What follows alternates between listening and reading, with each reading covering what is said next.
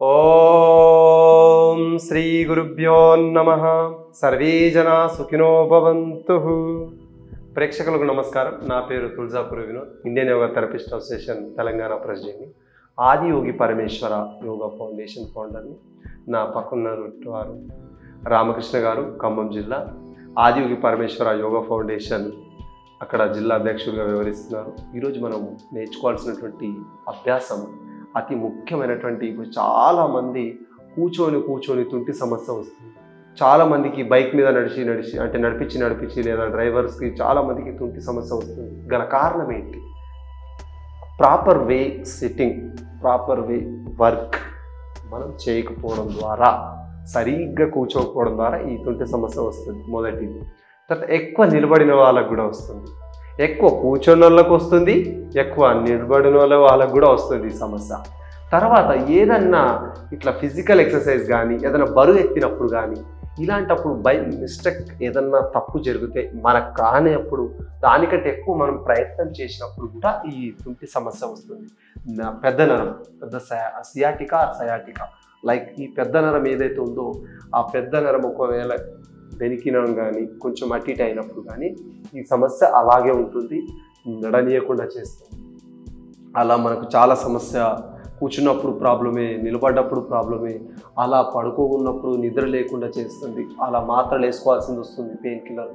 ఇలా మీరు బాధపడడం కంటే మీకు ఒక చిన్న మార్గము లేదా ఉత్తమమైనటువంటి మార్గం అనుకోండి.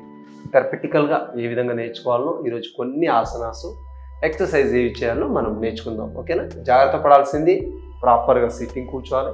చైర్లో ఇట్లా ముందుకి జరిగి ఇలా కూర్చోకుండా కొంచెం వెనుకసని ఇట్లా వేసి ఇట్లా ప్రశాంతంగా కూర్చున్నట్టు చూసుకోండి.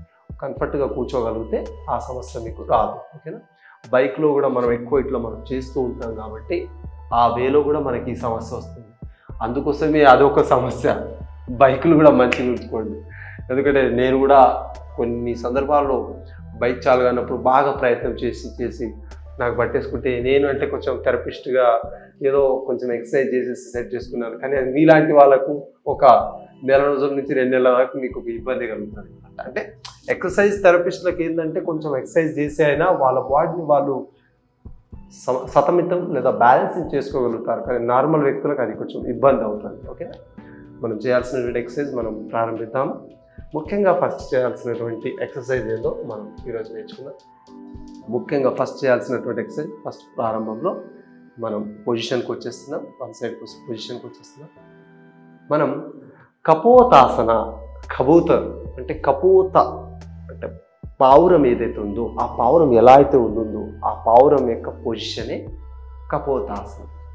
అయితే కపోతాసనలో మనం చేయాల్సినటువంటి పొజిషన్ ఏంటంటే, ఈ పొజిషన్ ఇలా తీసుకున్న తర్వాత ఇందులో కొంచెం ఎక్సర్సైజ్ కూడా చేయొచ్చు ఆసనాలు.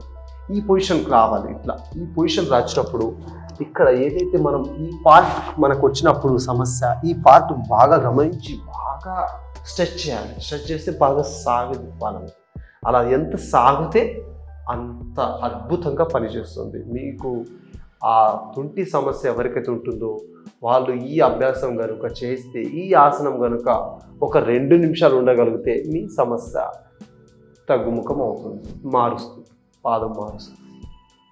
జస్ట్ ఈ విధంగా ఈ పాదం ఇటు టచ్ చేయొచ్చు, అటాచ్ చేయొచ్చు, లేదంటే కొంచెం గ్యాప్ కూడా పెట్టుకోవచ్చు. ఎందుకంటే ఇక్కడ కాళ్ళు కొంచెం బాగా 2 కాళ్ళకి స్పైడల్ అంటే తుంటి సమస్య వచ్చిందనుకోండి, డిస్క్ సమస్య వచ్చిందనుకో L4 L5 వస్తుంది. L4 L5 వచ్చిందనుకో లెగ్ అంతా ప్రాబ్లం వస్తుంది. కాబట్టి మనం ఏదైనా సమస్య ఉన్నప్పుడు తొందరగా ప్రాక్టీస్ చేయాలి. తెలుసుకున్నటువంటి అంశాన్ని ప్రాక్టీస్ చేస్తే ఈజీగా మనం సమస్య నుంచి బయటపడవచ్చు. Okay, relax.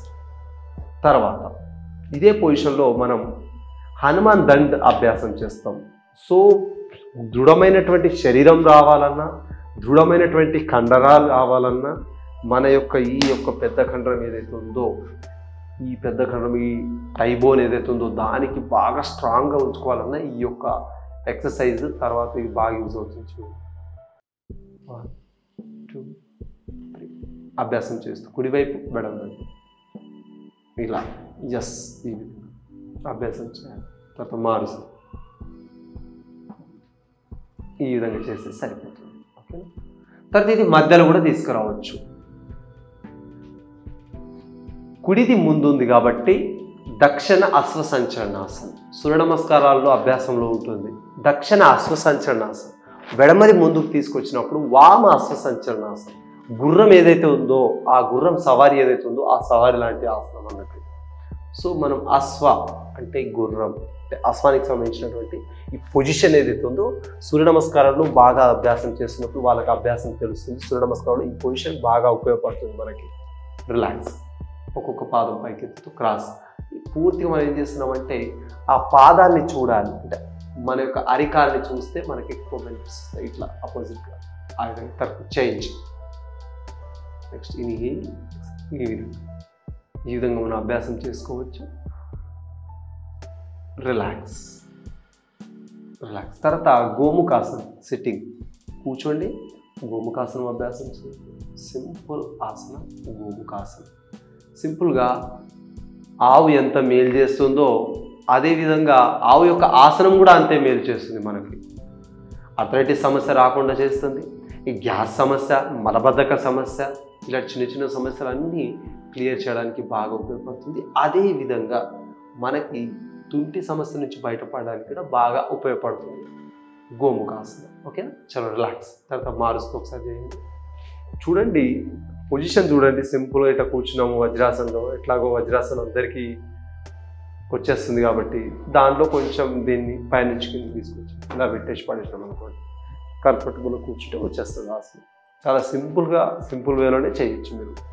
లేదు మాకు ఇంత కష్టం అవుతుంది, మాకు మొక్కల నొప్పులు బాగున్నాయి అలాంటి వాళ్ళు నార్మల్గా ఇట్లా పెట్టేసి కాళ్ళు ఇట్లా ఊపుతూ ఉండండి, లేదా ఇట్లా ఊపుతూ ఉండండి.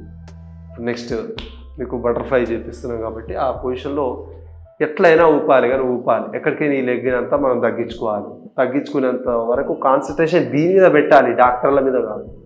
నా మీద కూడా పెట్టకండి. ఎందుకంటే నాకంటే ముందు మీరు నేర్చుకున్న అంశం ఏదైతే ఉందో దాన్ని అభ్యాసం చేయాలి. ఎవరైతే ఒక అంశాన్ని 10,000 సార్లు సాధన చేస్తారో దాన్ని ఖచ్చితంగా సిద్ధిస్తారు. లైక్ మాస్టర్స్ అన్నట్టు చైనా భాషలో మాట్లాడితే ఒక అభ్యాసము 10,000 సార్లు సాధన చేస్తే ఖచ్చితంగా దాంట్లో మాస్టర్ అయిపోతాం అన్నట్టు. ప్రతి అంశాన్ని నేర్చుకున్న అంశాన్ని 10,000 సార్లు ప్రాక్టీస్ చేయాలి. ఇలా మనం ప్రాక్టీస్ చేస్తే అది సరిపోతుంది. చూసారు కదా, సింపుల్ వేలో మనకు ఈ ఎక్సర్సైజ్ అయిపోయింది. తర్వాత రిలాక్స్. తర్వాత మనకు అతి ముఖ్యమైనటువంటి బ్యాలెన్సింగ్ ప్రాణాయామ, నాడి శోధన ప్రాణాయామ అభ్యాసం చేయాలి. విత్ కుంభక, వితౌట్ కుంభక ఏ విధంగా చేయాలో చూద్దాం. ఫస్ట్ కుడి నాసికను మూసివేయాలి. లెఫ్ట్ ఇన్హేల్,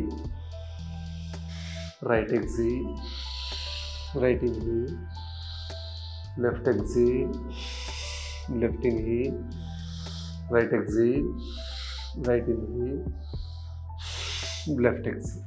చాలు. ఈ ఒక్క ప్రాణాయామ కనీసం ఒక 10 నిమిషాలు చేయండి చాలు. దీనిలో వేరియేషన్స్ చాలా రకాలు ఉన్నాయి, కానీ మీరు ఈ ఒక్క ప్రాణాయామ అభ్యాసం చేస్తే సరిపోతుంది. మరోసారి వచ్చినప్పుడు రెండో పార్ట్ మీరు అడిగినప్పుడు మేము రెండో పార్ట్ మీకు ఇస్తాము. ఎందుకంటే మీరందరు ట్యాబ్లెట్లు మింగుకుంటా పోతే మేము చెప్పలేము.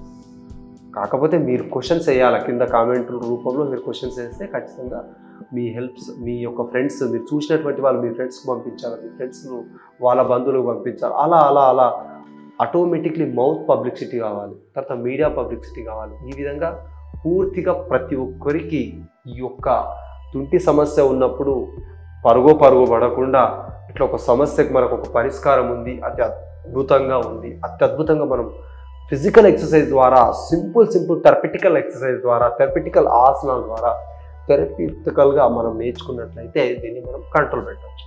తర్వాత కొంచెం ఆహార నియమాలు, ఎందుకంటే ఇది పడంగానే మనం చేయాల్సినటువంటి ఈ సమస్య ఉన్నప్పుడు మనం చేయాల్సినది ఏంటంటే కొంచెం చిక్కగా, అంటే ఈ పులుపు కానీ, తర్వాత వంకాయ కానీ, పులుపు అస్సలు తీసుకోవద్దు, వంకాయ కర్రీ అస్సలు తీసుకోకండి. కొద్దిగా మనకి ఎక్కువ ఎఫెక్ట్ అయ్యే ఛాన్సెస్ ఉంటాయి. నొప్పి దాన్ని ఇంకా మనకేంటంటే కారం చల్లడం కానీ, ఉప్పు చల్లడం కానీ జరుగుతుంది అగ్గిల. ఈ విధంగా మనం ఈ వంకాయలు కానీ ఎక్కువ కారం, ఎక్కువ ఉప్పు ఇవి కూడా కొంచెం కంట్రోల్ తీసుకురావండి. కొంచెం మందు తాగే అలవాటు ఉంటే అది కొంచెం అదుపులో పెట్టుకునే ప్రయత్నం చెయ్యండి. ఒకవేళ మాంసాహారులు అధికంగా మాంసం తింటే కూడా దాన్ని కూడా కొంచెం కంట్రోల్లో పెడితే కూడా సరిపోతుంది. ఎందుకంటే నొప్పి మనకు రావద్దు కాబట్టి కంట్రోల్లో పెడితే మనకు సరిపోతుంది. ఇది మీకు సంబంధించినటువంటి కొంచెం పప్పు ధాన్యాలు ఎక్కువ తీసుకుంటే మనకు దృఢమైనటువంటి బోన్స్, నర్వస్ సిస్టమ్ యాక్టివ్గా ఉంటుంది. నరాలు బాగా ఫ్రీగా యాక్టివ్గా అంటే మనకు ఆవు నెయ్యి కానీ నెయ్యి కానీ బాగా వాడచ్చు. వాడితే మనకు సతుముఖం అవుతుంది. రసం అంటే రసాలు బాగా తీసుకుంటే, జ్యూసెస్ బాగా తీసుకుంటే బ్యాలెన్స్ అయిపోతుంది నర్వస్ సిస్టమ్. దీనికి సంబంధించినటువంటి మరో అంశం మీ ముందు పెడతాను. అంతవరకు సెలవు. ఓం నమస్తే.